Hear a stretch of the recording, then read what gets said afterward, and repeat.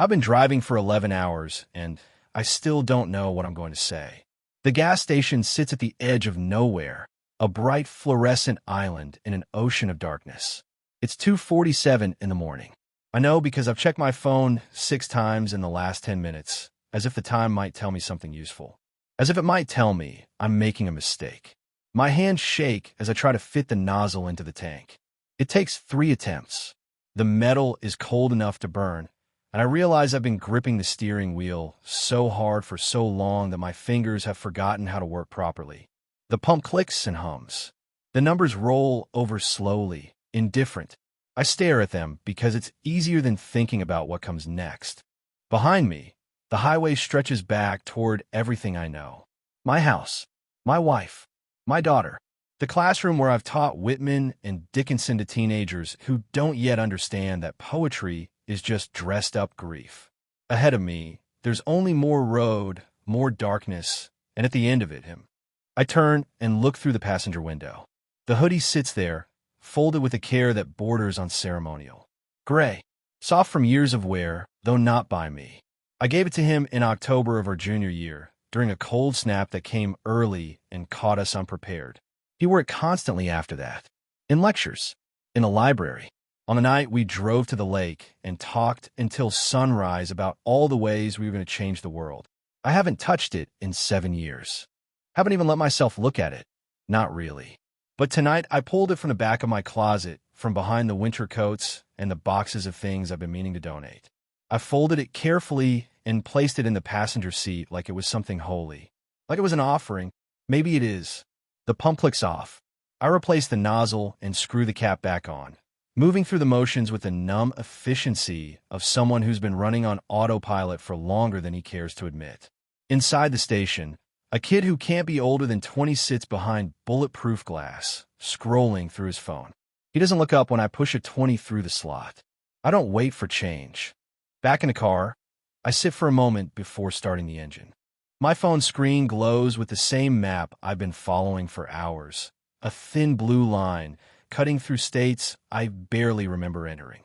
600 miles. That's what I've put between my old life and this moment. 600 miles, and I still haven't figured out how to explain why I'm doing this. I'm sorry. That's what I should say. That's what any decent person would lead with. But the words feel too small, too simple for the weight they'd have to carry. Sorry for what? For leaving without explanation? For choosing fear over love? For letting him believe that what we had meant less to me than it did? For building a whole life on the foundation of that lie? I never stopped loving you. That's closer to the truth, but it sounds selfish even in my head. It sounds like I'm asking for something I have no right to ask for. Like I'm trying to make this about my pain instead of his. I've been rehearsing variations for hours, speaking them out loud to the empty car, testing them against the silence. Nothing sounds right. Every version either says too much or not enough. Every version assumes he'll want to hear it at all. The rain starts as I merge back onto the highway. Just a drizzle at first, then steady, then heavy enough that the wipers struggle to keep up. The road ahead blurs and reforms, blurs and reforms. I lean forward, squinting through the windshield, and try not to think about the voicemail I recorded 3 times tonight and never sent. Try not to think about the message I typed out 2 weeks ago and then deleted. Try not to think about the fact that he doesn't know I'm coming. Somewhere around the 4th hour of driving, the rain turns to fog, thick and gray and close, like the world has shrunk to just a few feet illuminated by my headlights. I slow down. My hands tighten on the wheel again. The yellow line becomes my only anchor. I think about Gabriel saying my name. Elias. The way he used to draw it out slightly, like he was tasting it, like it meant something more than just the word itself. He said it differently than anyone else ever has, before or since. He said it like a promise, like coming home. I haven't heard him say in 7 years. I don't know if I ever will again. The fog begins to lift as dawn approaches, though the sky stays dark. I'm close now. Another hour, maybe less. The road curves through mountains I remember from another lifetime when Gabriel and I drove this route in the opposite direction, heading toward graduation and all the futures we thought we'd have. I almost turned back. Twice, I find myself slowing down, looking for an exit, imagining the relief of retreat. I could go home. I could pretend this night never happened. Vanessa would ask where I'd been, and I'd tell her I needed to drive, needed to think. She wouldn't push. She never pushes. That's part of the problem. But I don't turn back. I keep driving because somewhere in the last 11 hours, I've accepted that I can't live the rest of my life wondering what would have happened if I'd had the courage to do this. I can't keep teaching my students about Thoreau and living deliberately while I'm slowly suffocating in a life I chose out of fear. The GPS announces my arrival with its flat, emotionless voice. I turn onto a gravel road that winds through trees I recognize. My heart hammers so hard I can feel it in my throat. The cabin appears through the thinning darkness. Small, tucked between pines. A light is on inside, warm and yellow against the gray morning. I park and sit with the engine running, staring at that light. Then I see movement. The porch light flicks on. The door opens. And Gabriel is there. He's older. We both are. There are lines around his eyes that weren't there before, and his hair is shorter than I remember. But it's him. Completely, unmistakably him. He's wearing the hoodie. Gray and soft and impossible, hanging loose on his frame the way it always did. The same hoodie that's been folded in the back of my closet. The same hoodie that's sitting in my passenger seat right now. He kept it. All these years, he kept it. We stare at each other across the distance. 30 feet. 7 years. A lifetime of words I don't know how to say. Neither of us moves. Neither of us speaks. But everything that matters passes between us in that silence. Every apology, every accusation, every moment of love and loss and longing. It's all there, hanging in the cold morning air like fog that hasn't quite decided whether to lift or settle. I don't know what happens next. I only know that I drove 600 miles to find out. Before that morning, before the drive, before the fog and the rain and the 600 miles, there was my life in St. Paul. There was the townhouse on Ashland Avenue with its carefully arranged furniture and its emotional vacancy. There was Vanessa, and there was Lily, and there was the shape of a man I'd been pretending to be for so long that I'd almost forgotten I was pretending. Almost. The townhouse was mine before it was ours. I bought it the year I started teaching at Roosevelt High, back when I still believed that the right address and the right career might add up to the right life. 3 bedrooms, hardwood floors, a kitchen with granite countertops that I never learned to cook on. Vanessa moved in 2 years later, after a courtship that felt more like a negotiation than a romance. We were both 31. We both wanted stability. We both thought that was enough. For a while, maybe it was. She taught middle school science across town. We'd meet in the evenings, tired from our respective classrooms, and talk about lesson plans and parent-teacher conferences and all the small mechanics of our parallel lives. When Lily was born, the house filled with new sounds and new purposes, and for a few years I could almost convince myself that the hollowness I felt was just exhaustion, just the normal wear of parenthood and responsibility. But Lily grew older, and the house grew quieter again, and the hollowness remained. Vanessa never asked me if I was happy. I never asked her. We existed beside each other with the polite distance of roommates who'd signed a lease too long to break. She had her book club on Thursdays. I had my evening walks. We had dinner together most nights, the 3 of us, and the conversation was pleasant and surface level and completely devoid of anything real. I taught Eliot and Plath to 16-year-olds who couldn't understand why anyone would write about despair when they could write about literally anything else. I assigned essays on identity and authenticity. I stood in front of my classroom and talked about the importance of living truthfully, and then I went home to a life built entirely on omission. The letters were hidden beneath the floorboards of my study. An actual shoebox, the kind that detail only exists in movies, except it was real and it was mine. Inside were 43 letters from Gabriel, written during the year after college when we tried to make long-distance work. Before I got scared, before I stopped answering, before I met Vanessa and convinced myself that wanting a different life meant I could have one. I never threw them away. I told myself I would, every time I moved, every time I reorganized. But they stayed, hidden but not gone. A splinter I couldn't quite extract. Some nights, when I couldn't sleep, I take them out and read them by the light of my phone. His handwriting was terrible, looping and urgent, like his thoughts moved faster than his pen could follow. He wrote about the elementary school where he'd started teaching art, about the cabin he was fixing up in Vermont, about missing me in ways that were specific and devastating. He wrote, "I saw a blue heron today and thought of you." He wrote, "I'm learning to be alone, but I'm not learning to stop loving you." I never wrote back. Not after the first few months. Not after I'd already made my choice. The guilt lived in my chest like a second heartbeat. Some days I barely noticed it. Other days it was all I could feel. Vanessa knew something was wrong. She had to. You can't live with someone for over a decade and not sense the shape of what they're hiding. But she never pushed. Maybe she was afraid of what she'd find. Maybe she'd built her own life on things left unsaid.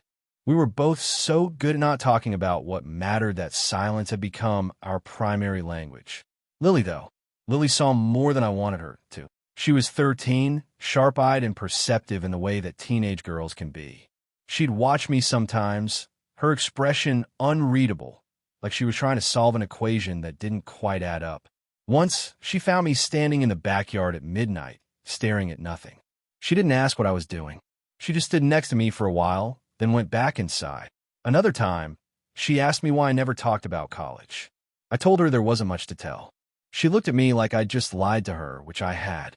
The photograph appeared on a Thursday in October.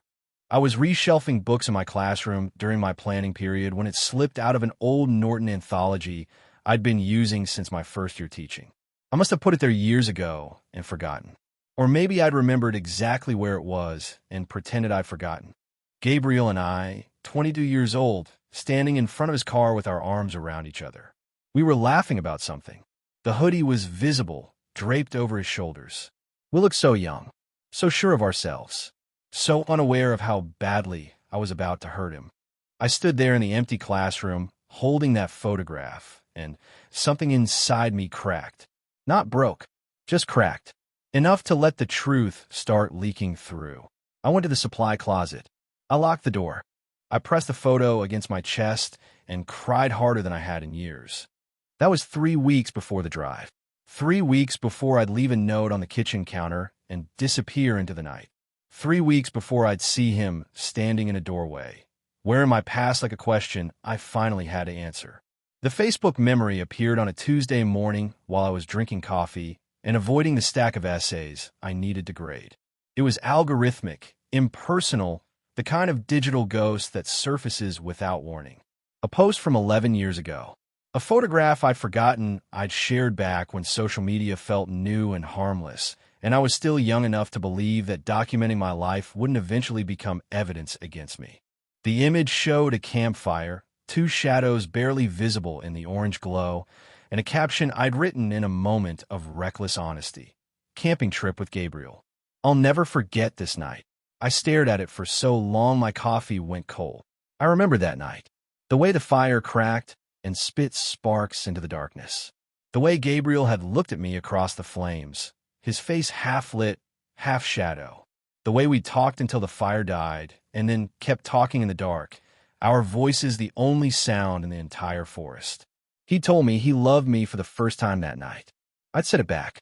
I'd meant it. I clicked on his name before I could stop myself. His profile was sparse, almost austere. No relationship status. No flood of photos documenting a full and happy life. Just a profile picture taken in autumn, trees behind him blazing with color, his expression serious and unreadable. He was older, like me. The years showed in the set of his jaw, in the way he held himself. But he was still Gabriel, still the person I'd loved more than I'd known how to handle. I scrolled through what little he'd shared. A book recommendation from 6 months ago. A shared article about education funding. A picture of a sunrise over mountains. Nothing personal. Nothing that told me whether he was happy or lonely or whether he ever thought about me at all. I closed the app. I opened it again. I stared at his profile picture for another 10 minutes, then forced myself to put my phone away. But the door had opened. Just a crack. Just enough. A week passed. I went through the motions. I taught my classes. I came home. I had dinner with Vanessa and Lily. I lay awake at night and thought about that campfire about the way Gabriel used to say my name, about all the possible lives I could have lived if I'd been braver. Then the letter arrived. It appeared in my faculty mailbox on a Friday afternoon, mixed in with the usual departmental memos and book catalogs. A plain white envelope, no return address. My name written in handwriting I would have recognized anywhere. I stood in the mailroom for a full minute, just holding it, afraid to open it and equally afraid not to. I waited until I was alone in my classroom, the door locked, the hallway empty. My hand shook as I tore the envelope open. Inside was a single sheet of paper. A poem. My poem. One I'd written in college for a workshop, pretentious and earnest in the way that 20-year-old poets are. I'd forgotten it existed. But here it was printed out, the words I'd written about longing and permanence and the fear of being forgotten. At the bottom, in that same unmistakable handwriting, a note. You once told me this is how you wanted to be remembered. I still do. I read it 5 times. 10 times. I held the paper up to the light as if it might reveal some hidden message, some clearer instruction. But there was nothing else. Just those words. Just Gabriel reaching across 7 years of silence to tell me that he remembered, that I still mattered, that the door I thought I'd closed forever had never fully locked. It wasn't a question. It wasn't a demand. It was something more dangerous than either. It was an opening, an invitation into a conversation I'd spent years trying to avoid. I drove home in a daze. Vanessa was in the kitchen chopping vegetables for dinner, and she asked me how my day was. I told her it was fine. The lie came easily, automatically. I've been practicing it for years. But something had shifted. The crack that started with the photograph had widened into something I couldn't ignore. I kept the letter in my jacket pocket. I touched it compulsively, the way you'd worry a stone, making sure it was still real. That night, I stood outside in the season's first snow, barefoot, letting the cold seep into my skin. Vanessa came to the window and looked at me, her expression worried and confused, but she didn't come outside. She didn't ask. That was us. 2 people who'd forgotten how to reach for each other, if we'd ever known how in the first place. I thought about Gabriel in his cabin in Vermont, in those woods we'd explored when we were young and stupid and convinced we had all the time in the world. I thought about him keeping my poem all these years. I thought about what it meant that he'd sent it now. The next morning, I told Vanessa I needed to take a personal day. She asked if everything was okay. I said I wasn't sure, which was the first honest thing I'd said to her in weeks. I sat at my desk and wrote a note. Short. Inadequate. I'm sorry. I need to do something I should have done years ago. I'll explain when I get back. I left it on the kitchen counter. I got in my car. I drove through the night toward the only person who'd ever made me feel like myself, knowing I had no right to ask for forgiveness, but unable to stop myself from trying. We stood there for what felt like an hour, but was probably only minutes. Him in the doorway, wearing the hoodie. Me in the driveway with my engine still running. The morning was cold and gray, and our breath made clouds in the air between us. Finally, Gabriel stepped back and opened the door wider. Not an invitation, exactly. More like an acknowledgement that I'd come all this way, and he wasn't going to turn me away without at least hearing why. I turned off the engine. I got out. I walked toward him with legs that felt like they belonged to someone else.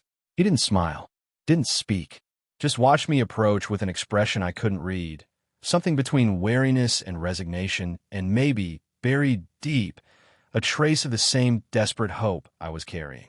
Inside, the cabin was exactly what I'd imagined during all those nights I'd lain awake wondering about his life.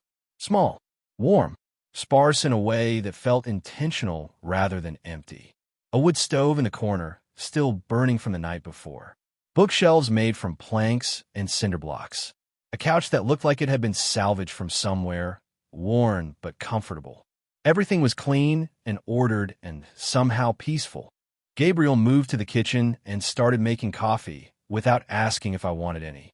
I stood awkwardly near the door, still wearing my jacket, not sure if I was allowed to stay or just passing through.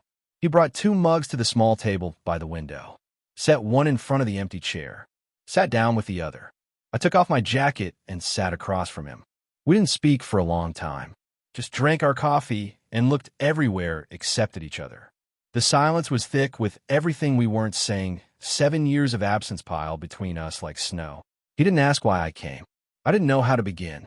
So we just sat there as the morning light strengthened outside, turning the gray world pale and white.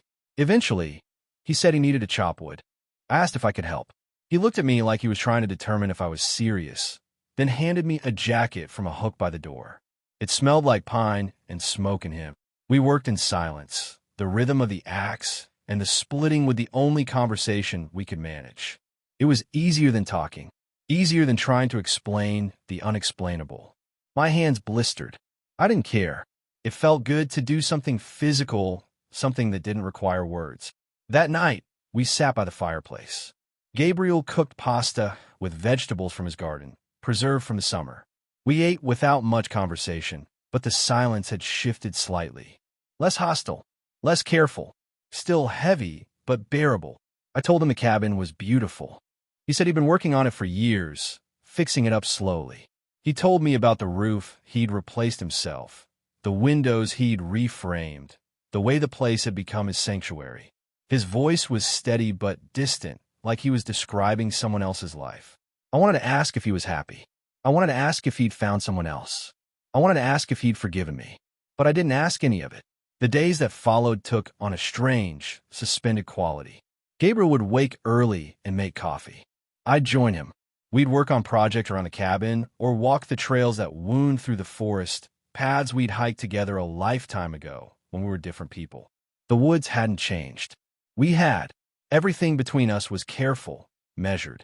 We spoke in half sentences, in references to shared memories that we didn't quite finish. Remember that place we camped? He'd say, and I'd nod, and we'd both know which night he meant without having to name it. There was a strange comfort in it, this language we developed years ago that still worked even after so much silence. But there was also pain. I could see it in the way Gabriel held himself, guarded and uncertain. In the way he'd start to say something and then stop. In the way he'd look at me sometimes when he thought I wasn't watching, his expression a mix of longing and hurt that made my chest ache. I started to see the life I could have lived. It was there in the simplicity of his days, in the peace he'd built for himself, in the way he moved through his space with quiet purpose. I saw how we could have done this together. How I could have woken up in this cabin every morning instead of in that townhouse in St. Paul. How we could have grown old side by side instead of separately. The weight of that lost future pressed down on me constantly. But worse than that was the guilt. It lived in my throat like something I couldn't swallow. Guilt about Vanessa, who by now had read my note and was probably sitting in our empty house wondering what she'd done wrong. Guilt about Lily, who deserved a father who didn't disappear without explanation. Guilt about Gabriel, who I'd abandoned once and was now disturbing again with my presence. And underneath all of it, I could feel that Gabriel hadn't forgiven me. Not fully. Maybe not at all. He was being kind, letting me stay, letting us exist in this strange liminal space. But there was something wounded in his eyes, something that flinched away whenever I got too close to saying what I'd really come to say. I'd driven 600 miles, and I still hadn't found the courage to speak the truth out loud. The storm came on the fourth night. We'd seen it building all day, dark clouds massing over the mountains, the air growing thick and electric. By evening, the wind was tearing through the trees, and rain hammered against the cabin's roof like it was trying to get inside. The power went out around 8. Gabriel lit candles without comment, moving through the familiar darkness of his home with the ease of someone who'd done this many times before. He brought out old blankets, the kind that smelled like cedar and thyme, and we wrapped ourselves against the cold that was seeping in now that the heater had died. We sat by the fireplace, watching the flames cast our shadows long and strange against the walls. The storm raged outside. Inside, the silence between us had become unbearable. I don't know what gave me the courage. Maybe it was the darkness. Maybe it was the knowledge that I'd already destroyed everything and had nothing left to lose. Maybe it was just that I couldn't carry the weight anymore. I started talking. I told him everything. How terrified I'd been when I realized I loved him. How that fear had grown until it choked out everything else. How I'd convinced myself that choosing the safer path was the same thing as choosing the right path. how I'd met Vanessa, and told myself that wanting a normal life meant I could have one, that I could make myself into someone who fit. I told him about the years of pretending, about the hollowness of my marriage, about lying awake at night thinking about him, about us, about the person I might have been if I'd been brave enough, about the letters I never threw away, about the guilt that had become so constant I'd almost stopped noticing it. I told him that I'd regretted it every single day, that there hadn't been a moment in 7 years when I didn't think about what I'd done, that I was sorry, so desperately sorry, for hurting him, for choosing fear over love, for being a coward. My voice broke multiple times. I had to stop and restart. The words came out messy and inadequate, nothing like the speeches I'd rehearsed during the drive. But they were honest. Finally, after so many years of careful omission, I was telling the truth. Gabriel listened without interrupting. He sat completely still, wrapped in his blanket, his face half hidden in shadow. But I could see his eyes. They were shining. When I finally ran out of words, the silence returned. But it was different now. Heavier. More dangerous. Then Gabriel spoke. He told me how he'd waited. Not just for weeks or months, but for years. How he'd checked his phone constantly for messages that never came. How he'd written letters I never answered. How every relationship he tried after me had felt like an elaborate form of pretending, like he was going through motions that were supposed to add up to love, but never did. He told me about the cabin, how he bought it because it was as far from everything as he could get. How he'd spent years trying to build a life that didn't have a hole in the center of it. How he'd finally accepted, maybe 2 winters ago, that I was never coming back, that he needed to stop hoping. His voice was steady but quiet, and it carried more pain than any anger could have. He told me that he'd sent the letter because he'd found the poem while cleaning out old boxes, and for one moment, he'd let himself wonder if I ever thought about him, wonder if what we did meant anything at all. He said he hadn't expected me to show up, hadn't even wanted me to, not really, because hope, after you've learned to live without it, is the most dangerous thing in the world. The candles flickered. The storm continued its assault on the cabin walls. Neither of us moved. Then Gabriel stood up. He walked to his bedroom without saying anything. I thought maybe I'd finally pushed too far, that he was asking me to leave. But he came back a moment later. He was wearing a hoodie, not the one in my car, the one he'd already been wearing. But seeing him put it on deliberately, seeing him choose it, broke something inside me that I didn't know was still intact. I stood up. My whole body was shaking. I told him I still loved him, that I'd never stopped, that I wasn't asking him to forgive me or to take me back or to fix anything. I just needed him to know. I needed to say it out loud just once after all these years of silence. I told him that driving here was the first honest thing I'd done in 7 years. Gabriel looked at me for a long moment. Then he crossed the small space between us. He didn't kiss me, didn't reach for me. He just leaned forward until his forehead rested against mine. We stood like that, breathing the same air, not speaking. The storm howled outside. The fire crackled. And for the first time since I'd arrived, maybe for the first time in 7 years, I felt like I could breathe. It was the most intimate thing we'd shared in a decade. It was everything, and it was nowhere near enough. When we finally pulled apart, Gabriel's eyes were wet. So were mine. He didn't say he loved me back. He didn't say he forgave me. But he didn't pull away either. We sat back down by the fire, closer now than we'd been all week, and watched the storm together until the candles burned low and sleep finally pulled us under. Morning came too soon and not soon enough. I woke on Gabriel's couch with my neck stiff and my mind clearer than it had been in years. The storm had passed.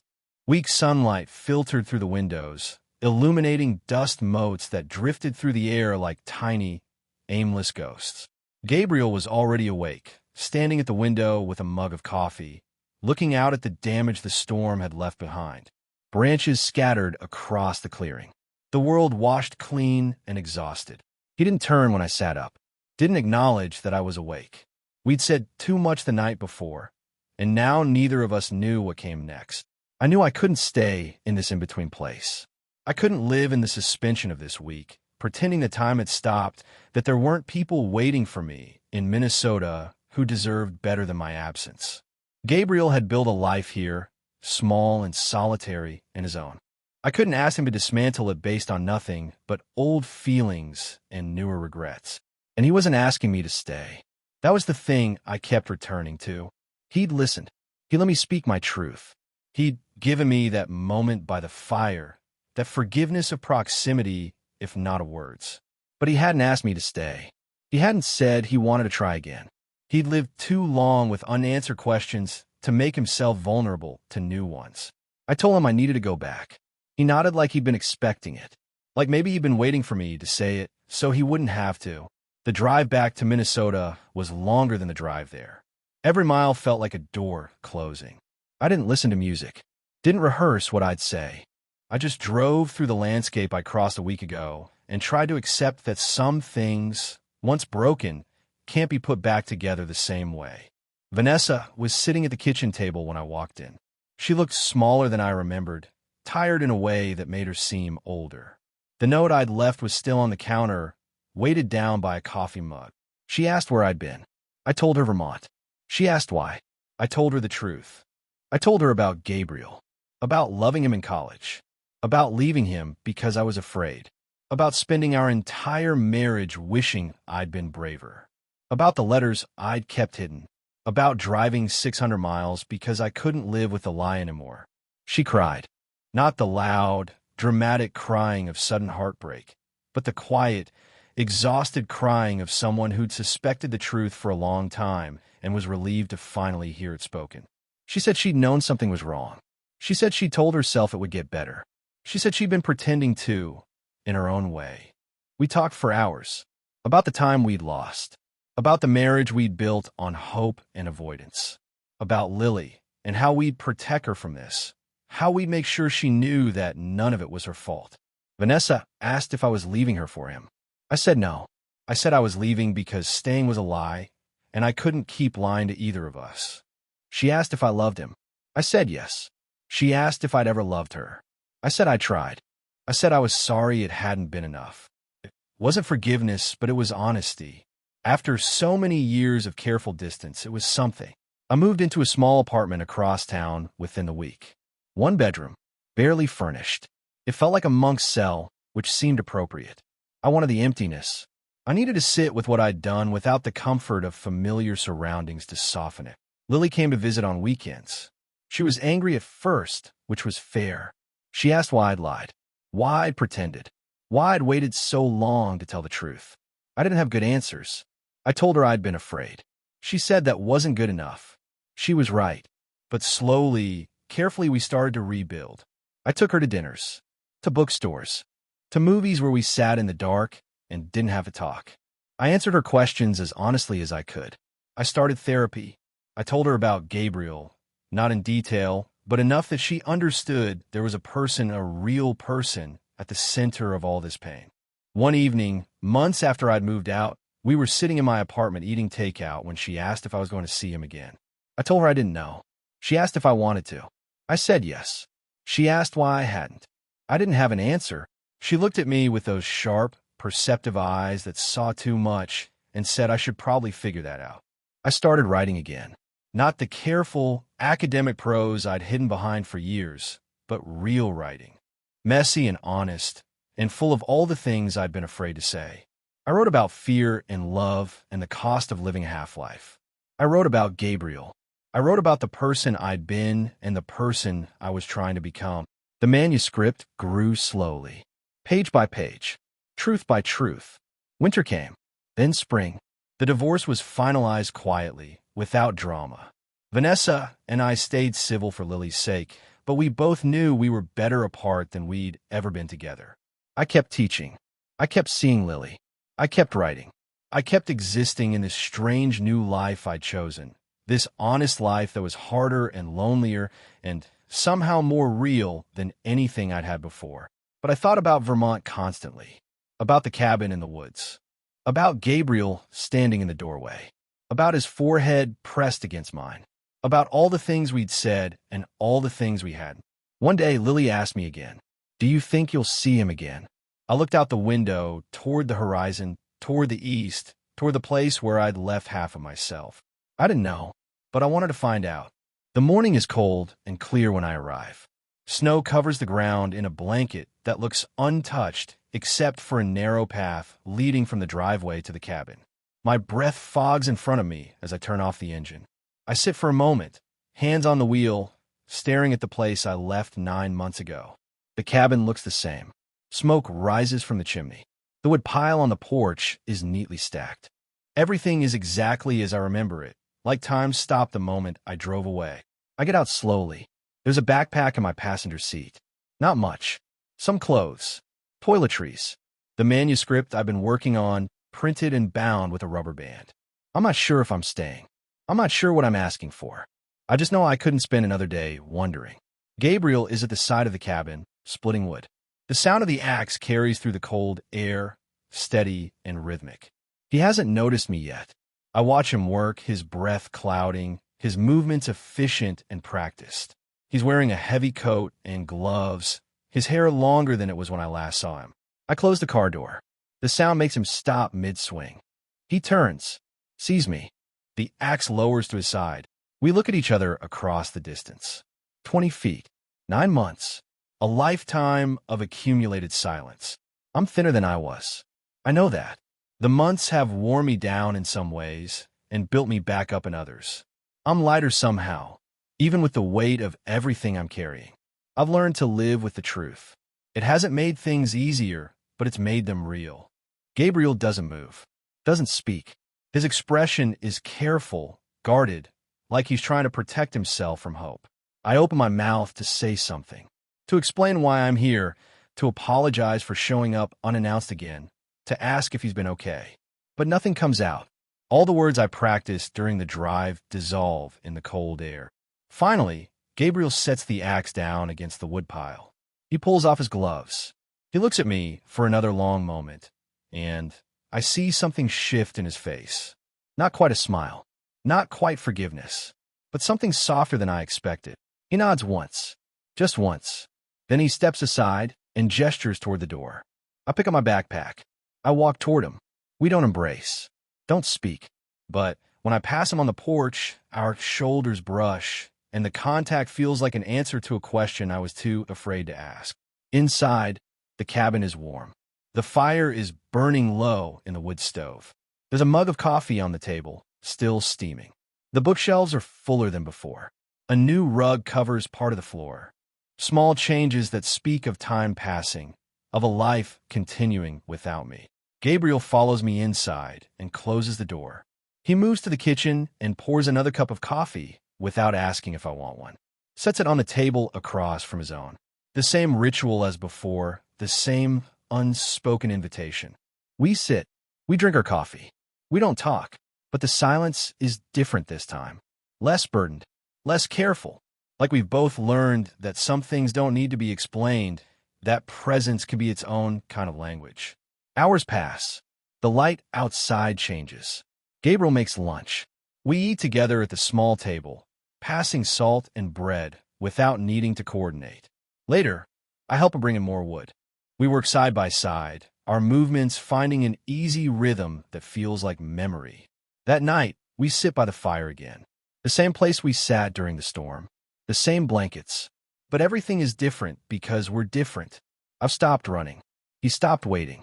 We're just here, in this moment, with no expectations beyond the next breath. I tell him about Lily, about therapy, about the manuscript. He tells me about the garden he's planning for spring, about the art classes he's been teaching at the elementary school in town, about the quiet he's made peace with. We don't talk about the future. We don't make promises. We don't try to name what this is or what it might become. At some point, I notice the hoodie. It's folded at the end of the bed in the next room, visible through the open door, gray and soft and impossibly familiar. There's something tucked inside it. An envelope, maybe a letter. I don't ask. It's not time yet. Gabriel catches me looking. He doesn't say anything, just adds another log to the fire. Later, much later, when the fire is burned down to embers and exhaustion has finally caught up with both of us, Gabriel stands and stretches. He looks at me, still sitting on the couch, and there's a question in his eyes. I stand too. I'm here, I tell him, for as long as you'll let me be. He considers this. Then he nods again, that same small gesture from the yard. It's enough. We don't share a bed. Not yet. Maybe not ever. That's not why I came. I came because I needed him to know that I chose this. That I chose him. That I'm finally brave enough to live in the truth of who I am and who I love. In the morning, there are 2 mugs on the windowsill, steaming in the early light. Outside, snow is starting to fall again, soft and steady, covering the world in quiet. Gabriel is still asleep. I stand at the window and watch the sun rise over the mountains, and for the first time in as long as I can remember, I'm not afraid of what comes next. I'm just here. Finally, completely here.